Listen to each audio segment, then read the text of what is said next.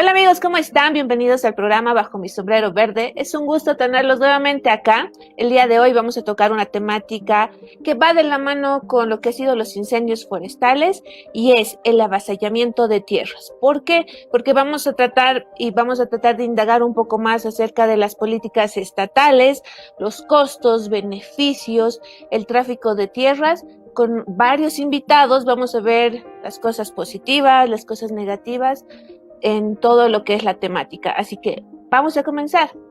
Vamos.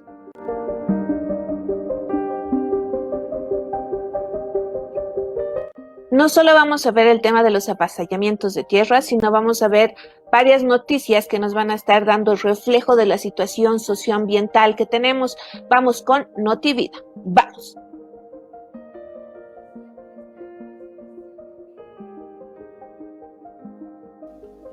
Agitado Congreso por la Tierra decide defender chiquitanía de avasalladores. El Congreso por la Defensa de la Tierra y el Territorio de Santa Cruz, en San Miguel de Velasco, determinó defender la chiquitanía de grupos de avasalladores mediante la creación de la Comisión Agraria Departamental. Múltiples voces abogan por la inclusión de ecocidio en la Corte Penal Internacional. Ecocidio es cualquier acto ilícito o arbitrario perpetrado a sabiendas de que existen grandes probabilidades de que se cause daños graves, extensos o duraderos al medio ambiente. Es la definición legal recogida por 12 abogados ambientales y penales a propuesta de la Fundación Stop Ecocide y que fue registrada en el Parlamento de Suecia. Gran Chaco americano alcanza las temperaturas más bajas en la historia. Temperaturas de menos 7.3 grados centígrados. Este pasado 29 y 30 de junio registraron algunas estaciones de la región del Gran Chaco americano. Fue la estación meteorológica de Pozo Hondo, Paraguay, que se encuentra a 30 kilómetros del trifinio entre Bolivia, Argentina y Paraguay, que marcó esos datos y de acuerdo a los entendidos se tratan de registros de mínimas extremas históricas. El agronegocio se extiende sobre un tercio del departamento de Santa Cruz. Un estudio reciente de la Fundación Tierra sostiene que la frontera agrícola se ha ampliado desde la zona núcleo hacia nuevas zonas mediante al menos 3 brechas de penetración. La zona núcleo abarca 3.259.884 hectáreas, mientras que la zona de ampliación comprende una extensión de 9.326.817 hectáreas. Mancomunidad. La Autoridad Jurisdiccional Administrativa Minera compromete 463 nuevas cuadrículas mineras en el río Beni. La Mancomunidad de Comunidades Indígenas de los ríos Beni, Tuichi, Quiquibey, a través de su presidente, Valentín Luna, denunció que la Autoridad Jurisdiccional Administrativa Minera comprometió 406 nuevas cuadrículas mineras sobre el río Beni, sin realizar consultas a los pueblos indígenas, lo que demuestra una estrategia extractivista agresiva sobre la Amazonía desde el gobierno.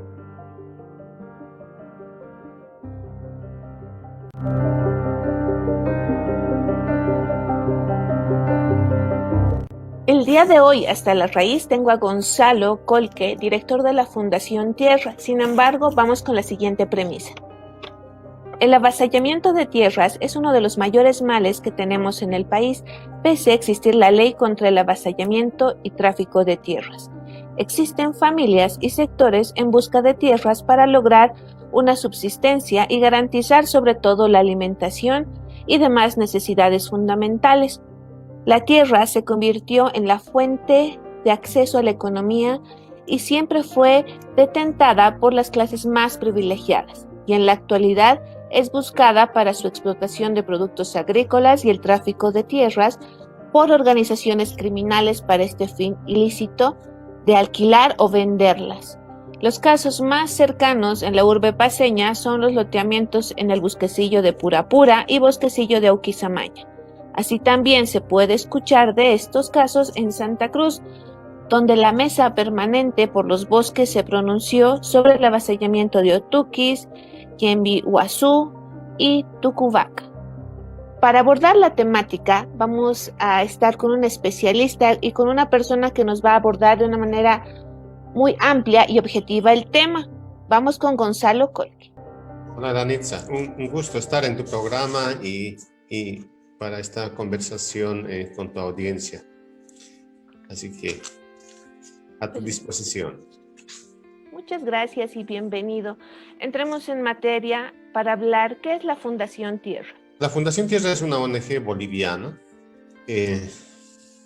con más de 30 años de trabajo permanente, que se creó, y poca gente sabe esto, que se creó en las vísperas de la discusión de la ley INRA de 1996 y después de la famosa histórica marcha indígena de las Tierras Bajas que llegó a la sede de gobierno a La Paz en los 90, ¿no? Para reclamar territorios indígenas. Nace en ese contexto la Fundación Tierra como una organización de la sociedad civil con el mandato de acompañar sobre todo a comunidades campesinas e indígenas en el acceso a la tierra, con el mandato de hacer estudios, investigaciones sobre la tenencia de la tierra en el país, y también tiene como parte de su historia de nacimiento el trabajo del señor Miguel Urioste. En realidad él es el fundador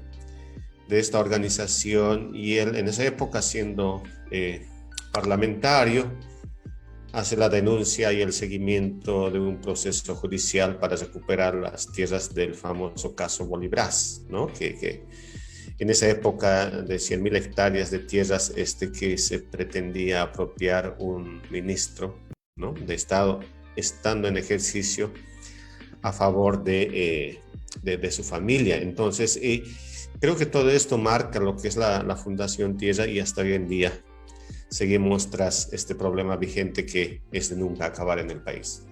Este punto acerca de los que están presentes en el Estado toman una posición muy particular, interesante, porque piensan más que todo en los intereses que tienen antes de asumir un puesto gubernamental, pero hemos visto, como tú dices, durante todo este tiempo, que no solo es este año o los anteriores, sino hace mucho tiempo, utilizan como si fuera su casa y la tierra lo van distribuyendo, van haciendo lo que se les dé la gana, lastimosamente.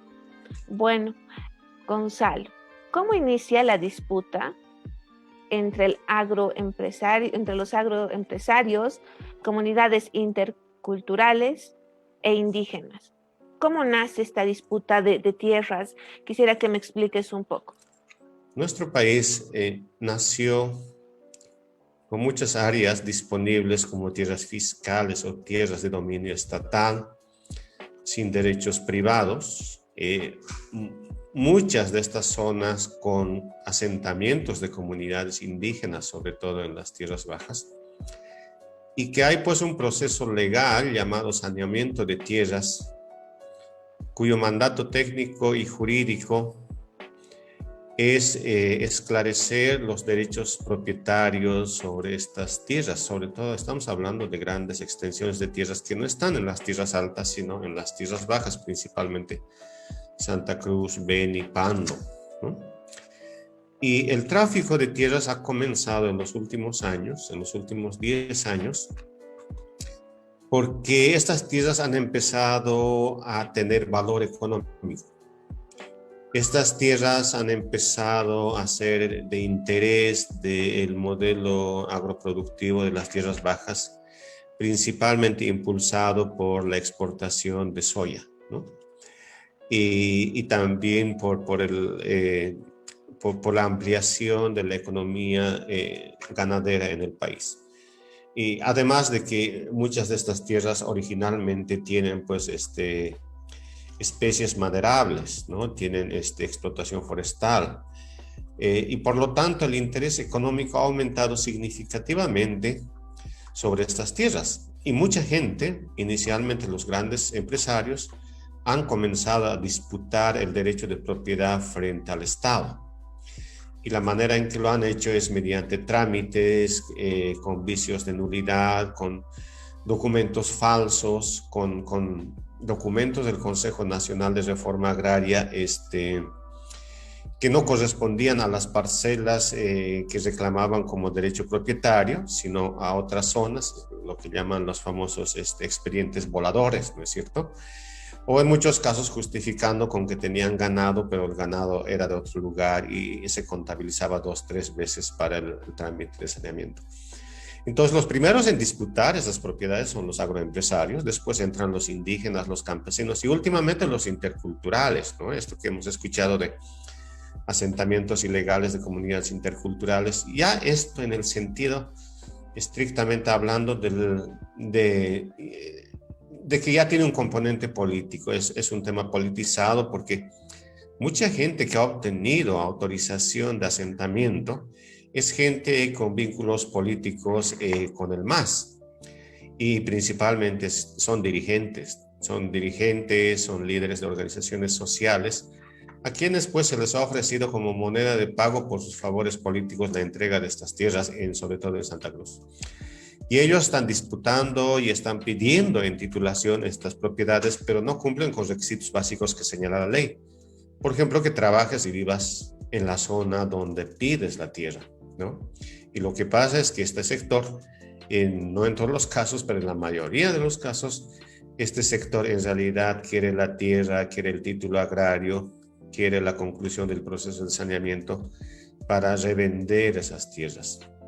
Los empresarios, según la ley, no pueden adjudicarse tierras del Estado. Entonces, la manera en que están consiguiendo es comprar estas tierras en un mercado ilegal a supuestas comunidades, ¿no? Que están organizadas y están representados por algunos dirigentes que en realidad ya en esta figura que estoy describiendo ya son parte de los traficantes de tierra que pasan las tierras del Estado a manos privadas. Bolivia debe ser el único país en la región que no tiene responsabilidades empresariales para el medio ambiente, ¿no? ¿Qué porcentaje de inversiones o de las ganancias empresariales se dedica a la recuperación de la biodiversidad o de la flora o de la fauna? No existen ese tipo de responsabilidades. Yo decía en un reciente estudio, en la zona soyera de Santa Cruz, un mandato que está en la ley es que entre las grandes parcelas que están en producción, ya desmontadas, deforestadas, tiene que existir lo que se llama cortinas rompeviento, ¿no? Que tú como ambientalista conoces muy bien, y que son pues brechas grandes, ¿no? De 50 metros de ancho, en algunos casos de 100, dependiendo de qué normativa prevalece, que tienen que guardarse, conservarse entre una parcela, entre una propiedad y otra propiedad, entre una comunidad y otra comunidad. Y estas brechas existían cuando el monocultivo no prevalecía. Pero a medida que el precio internacional de la soya o del maíz ha ido creciendo, han ido limpiando y desmontando estas partes. Entonces ahí hay claramente un incumplimiento de una función ambiental que debería cumplir la propiedad de la tierra. Y el incumplimiento de la función ambiental es incumplimiento de la función económica social. Y por lo tanto la ley dice que debería procederse a la reversión o a la expropiación de estas propiedades. Y eso es algo que no se está haciendo. Entonces, para no hablar mucho de expropiaciones y reversiones, primero tendría que estimarse los costos ambientales, ¿no? Y segundo, sancionarse este tipo de agresiones al medio ambiente que está ocurriendo con el hecho de que se está acabando incluso con las cortinas rompevientos que incluso son pues de beneficio para los propios productores. Pero el afán y la ambición económica ha hecho que en la mayoría de los casos se limpie grandes parcelas de tierras sin cuidar y sin conservar el medio ambiente y la biodiversidad, y es algo que tenemos que cambiar definitivamente, ¿no? ¿Por qué como Bolivia nosotros tenemos ese problema? La madre tierra tiene una ley, ya es un sujeto, ya es un ente que, bueno, ya tiene con toda autoridad, tiene sus beneficios, nosotros para ellos la responsabilidad, ya tiene todo. ¿Y por qué actuamos de otra forma? ¿Cuál ¿Cuál es el motivo, habiendo supuestamente que cuidar la madre tierra, llegamos a tener todo esto? El problema es económico. Nosotros hemos aspirado efectivamente de manera maximalista a proteger el medio ambiente, la madre tierra. Es decir, lo que tiene Bolivia en términos de premisas normativas y principios ambientales es de lo más avanzado que existe entre los países en vías de desarrollo como nosotros. Y que si cumpliéramos eso seríamos el país más verde, no solamente entre los tercermundistas, sino probablemente entre todos los países, ¿no? Lo que pasa es que para llegar a ese nivel de protección medioambiental, necesitamos pues que el desarrollo económico de nuestro país sea de una economía de ingresos medios. Y eso es lo que no está sucediendo. Cuando la economía es tan extractivista, tan débil, volátil, la gente va a priorizar y va a entrar a sacar recursos, así sea a costos ambientales altos, ¿no? Si los indígenas, por ejemplo, pueden tener todos los principios de cuidado del bosque, pero si el día a día apremia, van a acabar vendiendo los árboles maderables, ¿no? Van a acabar entregando esto a los traficantes, van a acabar facilitando el desmonte, como pasa con las comunidades ayoreas, indígenas, ayoreas, ¿no? Por principio de vivir del uso y aprovechamiento sostenible del bosque. Pero cuando el monocultivo de soya se expande, acaban alquilando esas tierras y dejando que deforesten para el cultivo o para el monocultivo de soya y maíz transgénico. Entonces, estos principios son importantes, en mi opinión, de acompañar con una política económica que no sea del tipo extractivista, porque eso está acelerando, ¿no?, la devastación de nuestros recursos naturales. Y en esa parte yo creo que hay grandes deudas y fallas a todo nivel, pero principalmente de no tener una política de Estado a nivel de desarrollo económico. Entonces, eso creo que hay que desarrollar y tener y adoptar como bolivianos como una necesidad urgente de aquí a 10 años, porque sin el crecimiento económico sostenible, vamos a tener mayor devastación. En este momento nos estamos quedando, Bolivia, nos estamos quedando como el país con peores indicadores económicos en Sudamérica. Detrás de nosotros, en los últimos 50 años, estaba Paraguay, ¿no? Más pobre, con menos ingresos, con menos exportaciones, con menos producción nacional. Y ahora Paraguay en los últimos 2 años se nos está adelantando y nosotros estamos quedando en la cola, ¿no? Nosotros estamos quedándonos atrás y no estamos marcando el ritmo del desarrollo económico que tienen otros países. Y creo que eso es fundamental para pensar en la aplicación y en la conservación de nuestros recursos naturales, pero sobre todo, tú decías, en la aplicación de los derechos de la madre tierra. Dentro de la ampliación de la ganadería y el tema de la exportación de soya, ¿realmente estamos llegando con esto a salvaguardar o a tener una mejora en la seguridad alimentaria? No, creo que el modelo soyero es un error económico en nuestro país. Y los propios soyeros lo saben. Claro, en los papeles se dice que la soya alimenta al país, que con la soya tenemos pollo barato, ¿no? Y que con la soya tenemos productos agroindustriales en nuestras cocinas. Es verdad que somos pollo dependientes hoy en día en nuestro país, pero el problema principal en términos agropecuarios es el hecho de que los monocultivos no favorecen una agricultura diversificada y de alto rendimiento. Por ponerle algunos ejemplos, nosotros en soya producimos menos de 2 toneladas por hectárea. Tanto Brasil como Argentina están por el doble. Por lo tanto, no tenemos la misma capacidad competitiva con estos países en el mercado de exportación. Pero en el país se nos está vendiendo la idea de que solamente podemos exportar y vivir de la soya. Y eso es antieconómico en realidad, porque además es un modelo productivo que vive muchísimo de la subvención mediante el diésel barato para lograr esta competitividad que no tiene mediante la productividad. Necesitamos agricultura sostenible para tener políticas medioambientales sostenibles, ¿no? Necesitamos otros regímenes de manejo del bosque en términos de explotación forestal para mantener lo que tenemos. Entonces, realmente los retos creo que son mucho más grandes de lo que tenemos en este momento y que estamos remando desde muy atrás. El hecho de que hoy en día estemos hablando del tráfico de tierras significa que hemos retrocedido en el tiempo.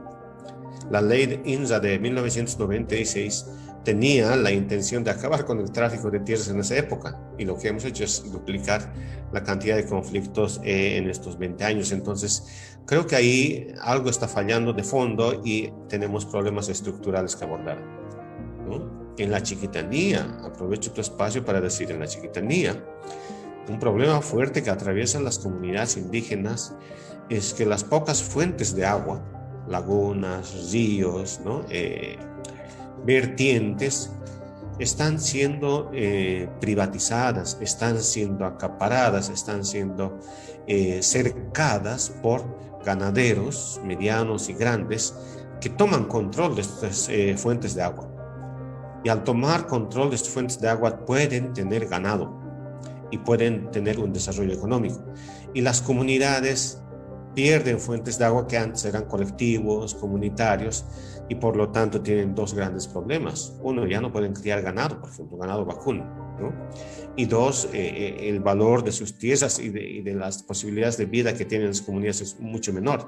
En muchos casos esto se complica cuando, por ejemplo, los incendios forestales, se habla mucho de que los incendios destruyen bosques, fauna, flora, diversidad, ¿no es cierto? Pero una cosa que se sabe poco, y es una consecuencia socioambiental fuerte, es el hecho de que después de los incendios forestales, lo que hay es una contaminación del aire y suelo con las cenizas. Y gran parte de las cenizas llegan a contaminar aguas. Y esas aguas ya no son bebibles, ya no se pueden usar para el ganado, incluso para el consumo humano ya no es apto por muchos meses. Y una de las demandas permanentes de las comunidades es pozos, ¿no? Es cuidar ese tipo de fuentes. Entonces hay ese tipo de problemas estructurales que está ocasionando la expansión de la frontera agrícola, y ahí creo que una medida, por lo menos un punto de partida que deberíamos tener o debería tener el gobierno boliviano principalmente, que maneja los recursos, es empezar a satisfacer de manera sistemática y sosteniblemente las necesidades básicas de estas poblaciones indígenas. Caso contrario, vamos a seguir presenciando este tipo de agresiones al medio ambiente y a la destrucción de la riqueza natural.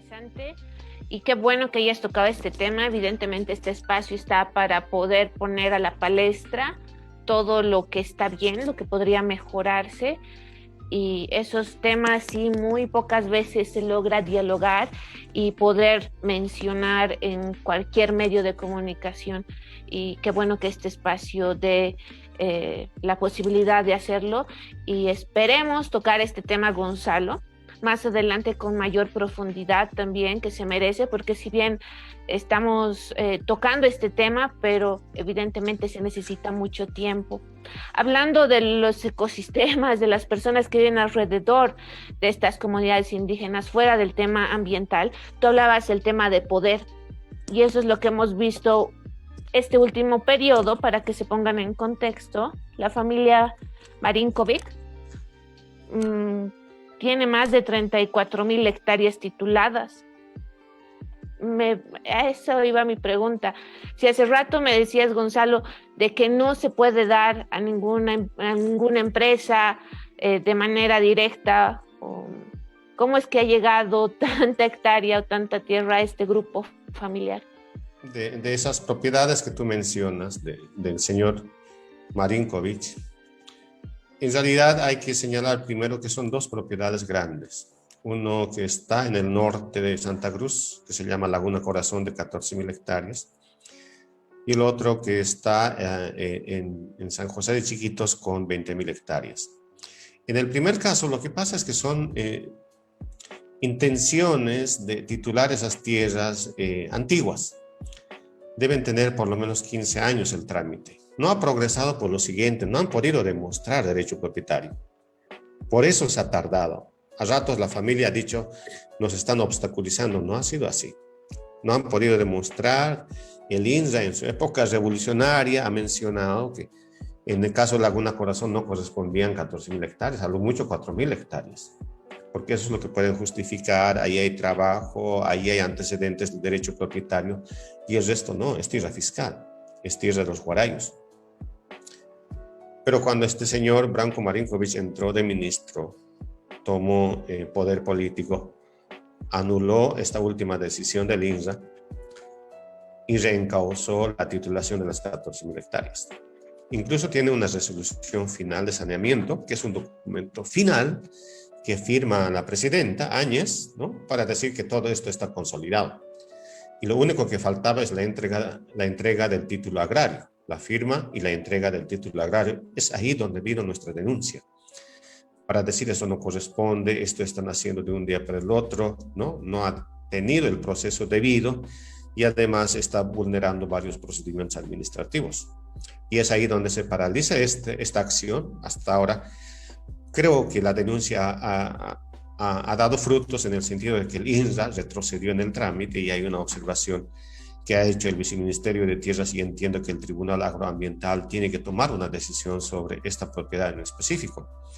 Y a raíz de esta denuncia también es que mi persona ha sido pues enjuiciada por la familia Marinković, ¿no? Supuestamente por difamación, por acusaciones falsas, pero creo que las acciones que han tomado en el Viceministerio de Tierras en este último dos meses demuestran claramente que nosotros teníamos la razón, además de que hemos entregado documentación de que la manera en que estaban pretendiendo titular y terminar el saneamiento en esta propiedad era una manera que contradecía todo lo obrado por el INSA desde 1996.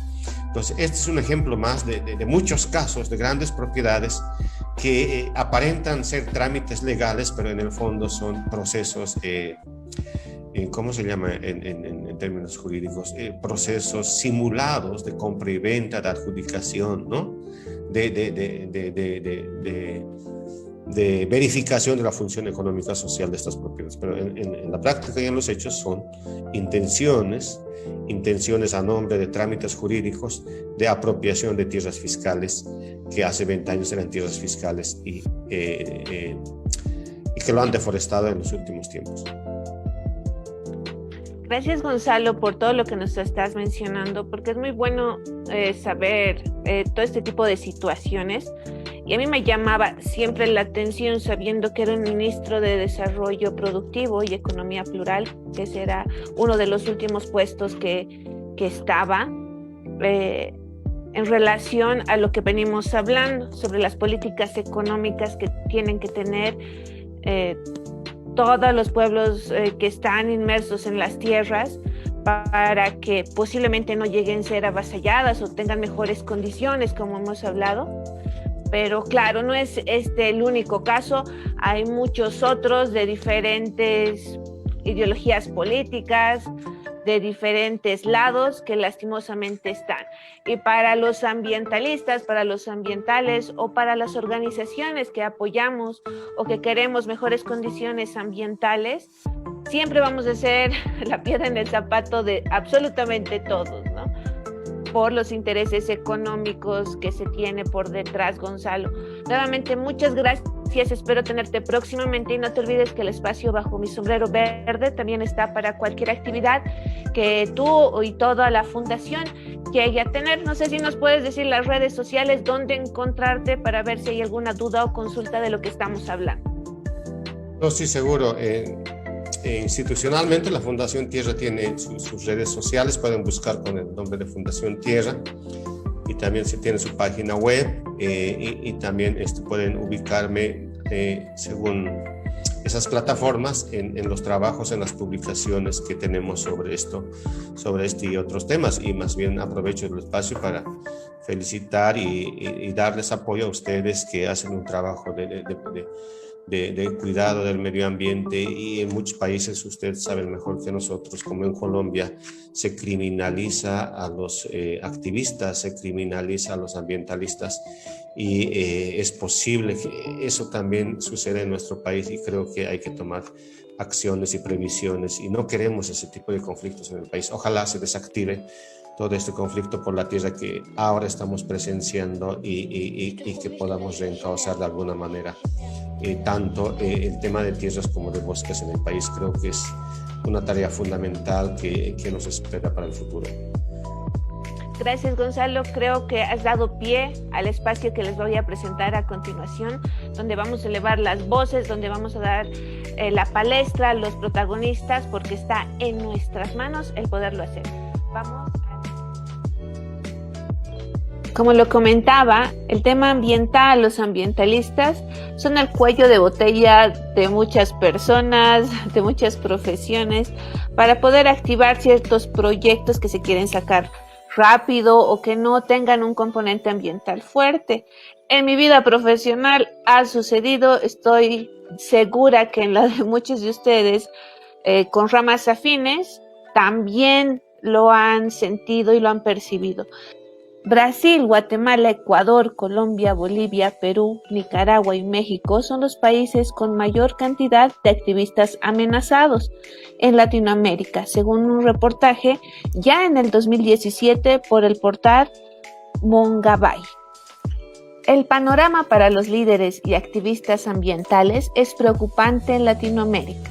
Según el reportaje de Global Witness, en 2019, 212 personas defensoras fueron asesinadas por trabajar en la protección de los bosques y los ríos de la explotación por parte de sectores industriales grandes. Colombia lidera el ranking con un dramático incremento de la violencia en contra de las personas defensoras, con un total de 64 asesinatos en contra de líderes y lideresas en 2019. Algunos de los activistas afectados fueron Francisca Ramírez, la líder campesina que se enfrenta a la construcción del canal interoceánico de Nicaragua.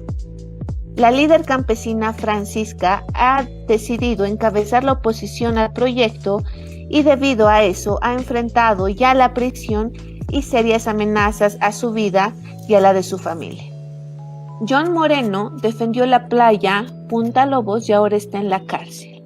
Amparó a un grupo de pescadores que están en contra de un proyecto inmobiliario que viene afectando las playas, manglares y dunas del tranquilo pueblo pesquero de Todos Santos en México. Debido al ejercicio legal de la defensa de los pescadores, ahora Moreno está preso. José Américo Mosquera, contra la minería ilegal en el Choco. José Américo, representante del Consejo Comunitario Mayor de la Organización Popular y Campesina del Alto Atraco, junto a 24 líderes comunitarios, se enfrentan día a día contra la minería ilegal, actividad que financia el accionar de grupos armados de la talla del Ejército de Liberación Nacional, ELN, las Fuerzas Armadas Revolucionarias de Colombia, FARC, cuando estaban activos, y los paramilitares. Rodrigo Todd, ganador del Premio Ambiental Goldman para América del Sur y Central el 2017 y líder indígena de Guatemala, perdió a su hijo debido a su actividad en contra de la empresa minera Fénix, que ha invadido el territorio que décadas atrás el gobierno guatemalteco les había titulado. Agustín Huachapa, el líder que se enfrentó al gobierno ecuatoriano.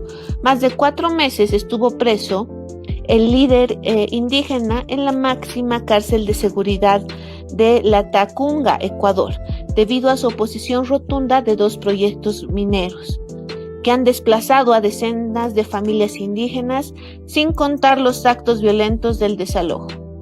Fernando Vargas, activista por el TIBNIS en Bolivia. Fernando Vargas y su familia sufren presiones, amenazas y persecuciones desde que emprendió la defensa de los pueblos indígenas en Bolivia, TIPNIS, una de las 22 áreas protegidas nacionales que tiene el país. El ex dirigente indígena que lideró la marcha en defensa del TIPNIS ha sido despedido más de una vez de empresas que argumentaron no querer tener problemas con el gobierno.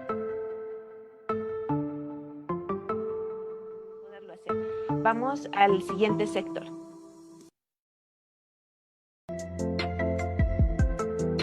Un gusto para mí haber recibido la invitación para participar en este programa que se ocupa de temas muy importantes como son el cuidado del medio ambiente, la relación que tenemos con la naturaleza. Gracias.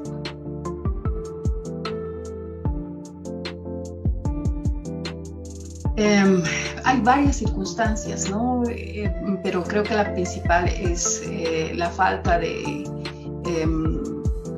control y de fiscalización respecto a estos temas, ¿no? Ha habido me parece que haciendo una cronología rápida, podemos decir que desde el 2011 más o menos se profundiza el tema de la corrupción y la falta de control y la manipulación, digamos, en lo que es la gestión de tierras en sí, ¿no? El Instituto Nacional de Reforma Agraria está pasando por una crisis desde hace mucho tiempo, una crisis en el sentido de favorecer a ciertos grupos con saneamiento, con titulación, con este tipo de procesos que no son, digamos, controlados por las máximas autoridades también, ¿no? El otro tema es que, bueno, pues hay una expansión de la frontera agrícola, hay una expansión de la frontera hidrocarburífera, hay una expansión también en el tema minero, esto debido a la política que tenemos, ¿no? Y esto va aparejado siempre a asentamientos humanos, ¿no? Cualquiera de estas actividades extractivistas tiene esta connotación, ¿no? de acompañar con asentamientos humanos. Hay otro factor también que creo que hay que decirlo, hay nuevos actores en la disputa por la tierra. Ahí podríamos anotar a los que antes eran colonizadores, ahora son llamados interculturales, que es un grupo afín también políticamente afín al gobierno, que seguramente está también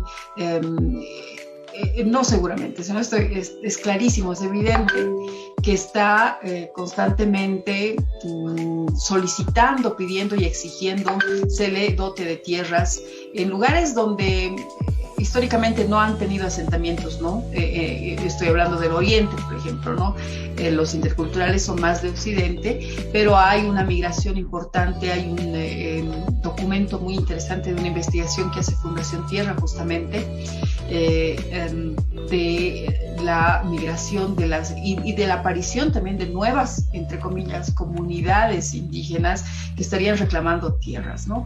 Entonces aquí hay una disputa muy compleja por la tierra, hay derechos en juego, hay además una política extractivista que está consolidando, digamos, estos movimientos físicos de las personas hacia otros lugares, y esto si se respetaran los usos de los suelos, si se respetaran los usos de las tierras, no habría mucho conflicto, pero el conflicto también se genera a partir del no respeto y el incumplimiento a la capacidad de uso y la categoría, digamos, de uso que tienen las tierras, ¿no? Muchas son tierras fiscales que pueden disponerse, pero hay una gran cantidad de tierras fiscales que no pueden disponerse, que son áreas protegidas, que son tierras de producción forestal permanente, por ejemplo. Y en este tema el avasallamiento va acompañado con la deforestación, las quemas, y ahí vemos los incendios, recordamos con dolor lo que ha sucedido en la Chiquitanía, y que constantemente todos los años hay una quema pero indiscriminada de bosque, que no son pastizales específicamente, ¿no? Para sembrar nuevamente, sino que son nuevos nuevas tierras que tienen cobertura boscosa, que están siendo sacrificadas porque hay nuevos asentamientos, hay nueva gente que en lugares donde no habían. Y que lógicamente por la naturaleza, la categoría que tienen estas tierras, no debería haber asentamientos humanos que pretendan hacer una actividad agrícola, por ejemplo, ¿no? Porque no da el uso de esas tierras. Entonces hay varios factores, Neide, en este caso de los avasallamientos, pero sí estamos atravesando una época muy, muy compleja en este tema. No hay un control, es más, hay una permisividad, ¿no?, de parte de las autoridades para que esto esté ocurriendo. De hecho, cabe resaltar que tenemos una ley, ¿no? Tenemos una ley del 2013 que penaliza, ¿no?, el avasallamiento y el tráfico de tierras, pero también hay muy poco, se está aplicando muy, muy poco, ¿no? Quienes debieran estar denunciando constantemente tendrían que ser instituciones encargadas del control, ¿no?, como la ABT, por ejemplo, el mismo INRA, o municipios o gobernaciones, pero son muy aislados los casos que llegan a ser justiciables, que llegan a la jurisdicción agroambiental o a la fiscalía, ¿no? Porque hay que decir, el avasallamiento y el tráfico de tierras son delitos penados en Bolivia, porque son delitos, ¿no? Entonces esto se hace con una denuncia ante la fiscalía por el tráfico de tierras y el avasallamiento, ¿no? Hablando específicamente del tipo penal de avasallamiento, hay que más o menos definirlo para darse cuenta de qué estamos hablando, ¿no? El avasallamiento es cuando una persona o terceros por una persona puede mediar violencia, puede mediar amenazas, hay un abuso de confianza también, o cualquier otro medio que también puede ser pacífico, ¿no? El engaño, por ejemplo, ¿no? O las circunstancias que se dan para invadir y ocupar un predio, un lugar, una tierra, un inmueble individual o colectivo, por ejemplo, en el caso de las tierras comunitarias de origen de las TCOs, porque también están siendo amenazadas por avasallamientos, ¿no? O pueden ser también tierras fiscales, pero esta incursión, digamos, esta invasión, esta ocupación que se hace de hecho a estas tierras, a estos bienes, entonces tiene que ser denunciada, ¿no? Esto ante la Fiscalía, y la sanción es privativa de libertad, ¿no? De 3 a 8 años, tampoco es un chiste, ¿no? Entonces, en este caso sí, cuando configura el delito de avasallamiento, por supuesto que se debe acudir ante la jurisdicción penal. Pero también es la ley, la 744/77 de avasallamiento, nos señala el procedimiento jurisdiccional ante la justicia agroambiental, ¿no? Entonces ahí opera lo que es el desalojo por la vía jurisdiccional agroambiental, ¿no? Cuando se presenta también se puede presentar y se debe presentar ante un juzgado agrario, por ejemplo, en Santa Cruz o en La Paz, ¿no? Juzgado agroambiental, una demanda, ¿no?, del afectado o de la afectada ante esta autoridad agroambiental, ¿no? Ahí va a haber un procedimiento que se exige, que está establecido también en la ley, ¿no?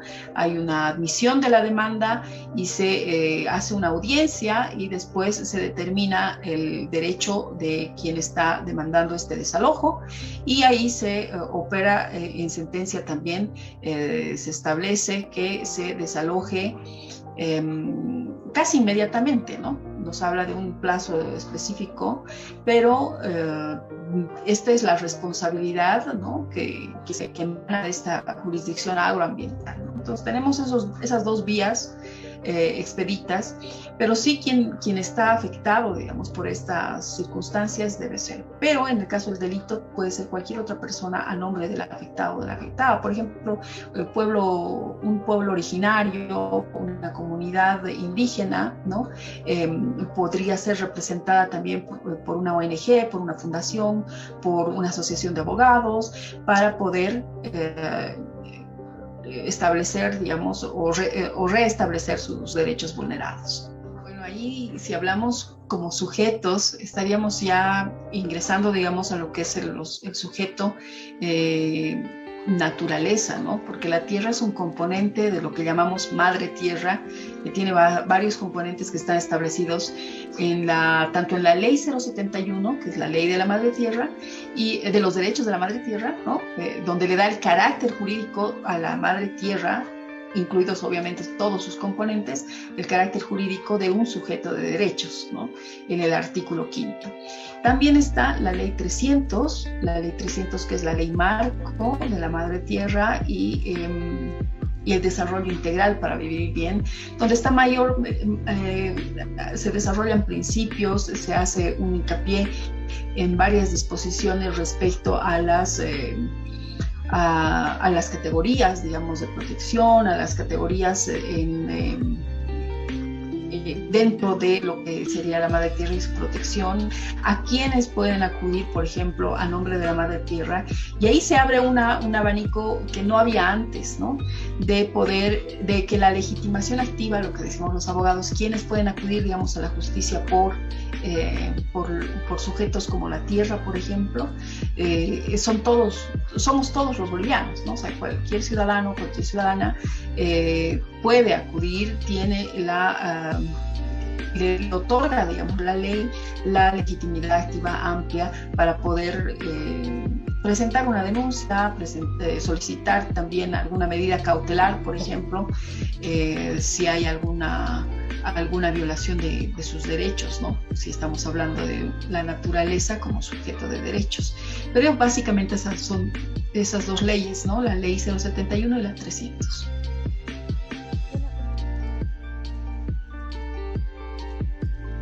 Bueno, yo creo que amerita una investigación de parte de la alcaldía respecto a la legalidad de toda esta documentación, de todos estos procesos que han tenido que seguir estas personas para llegar a tener alambrado, conexión eléctrica, todos los servicios básicos en lugares donde no es permitido, ¿no?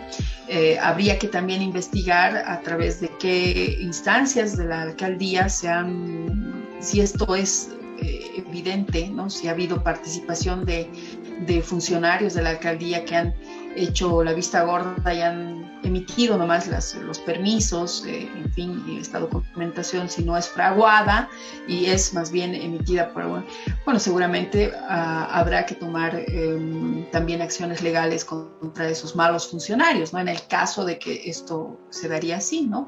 Pero hay que hacer una investigación profunda de la legalidad de toda esta documentación que muestran como respaldatoria, ¿no? Para empezar, yo pienso que por ahí es importante hacer procesos administrativos a quien corresponda. También seguramente va a haber penales, ¿no? Pues si es que han emitido estos permisos incumpliendo la normativa, ¿no? Porque el bosquecillo no puede ser loteado. Ahí se está infringiendo la normativa definitivamente, ¿no? Entonces, primeramente yo sugeriría esta investigación respecto a la legalidad. Una vez establecido si ha habido, digamos, participación de gente de la alcaldía, bueno, pues habrá que hacer lo que corresponda y además seguirles procesos a quienes están detentando un derecho de propiedad que no corresponde, ¿no? Y obviamente esto desembocará en el desalojo de esta gente, que es lo que se necesita, ¿no? Y posteriormente la alcaldía tendrá que hacer una estrategia, un plan, acciones de restauración también del bosquecillo. El bosquecillo es súper importante para la paz. Tiene una función que no se la está visibilizando constantemente, pero durante décadas, años de años, el bosquecillo ha sido estabilizador de suelos en La Paz, ¿no? Es por eso que se ha también creado, porque no es un bosque nativo, ¿no? Sino que son plantaciones, pero que datan de hace muchos años. Pero esa ha sido la finalidad. El hecho de que que hayan avasallamientos en el bosquecillo implica una deforestación del mismo, implica también la desestabilización de los suelos que han estado estabilizados por estas plantaciones de bosquecillo. Entonces es una cadena de problemáticas ambientales y sociales que se nos vendría encima si es que no se hacen respetar las normas.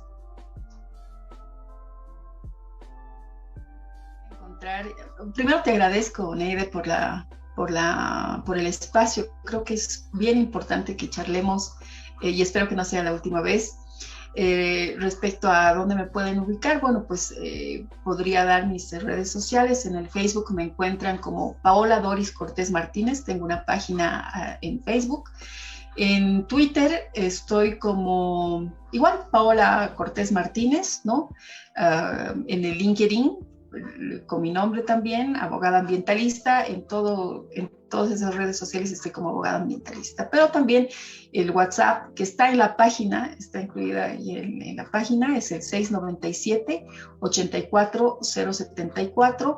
Pueden mandar un mensaje de WhatsApp y por supuesto yo voy a estar absolviendo las preguntas que ustedes tengan, las consultas, para poder siempre en esta dinámica, ¿no? De poder uno educar a las personas, ¿no? Compartir criterios, porque el conocimiento, si no se lo difunde, no tiene mucho sentido. Entonces creo que esa es una base que nos debe mover en estos temas, ¿no? Compartir experiencias, compartir conocimiento, compartir información, y eso va a hacer también que se genere conciencia en todas las personas que están no solamente los jóvenes, sino todas las personas que están interesadas en la defensa de los derechos de la naturaleza, en la defensa de los derechos humanos ambientales también, ¿no? Y en la defensa del medio ambiente como tal. Gracias, Soneide. Un saludo a todos y a todas quienes nos están viendo en el programa. Bueno, amigos, esto ha sido todo por hoy. Esperemos que te haya gustado el programa, que hayamos entendido el tema y que por supuesto tengamos una reacción positiva y que haya políticas buenas de aquí en adelante que nos ayuden a reactivar económicamente y por supuesto ambientalmente las cosas. El día de hoy quiero agradecer la ropa que estoy llevando, principalmente por la polera, que les voy a dejar acá el link, de Cucuy, donde dice Bolivia, Bolivia, Bolivia, alrededor de toda la polera, para que ustedes puedan adquirirlas y comprarlas. Nos vemos la siguiente oportunidad y no te olvides también darnos sugerencias, recomendaciones de temas y personas para que puedan estar en los siguientes programas. Hasta la vista, buena vibra.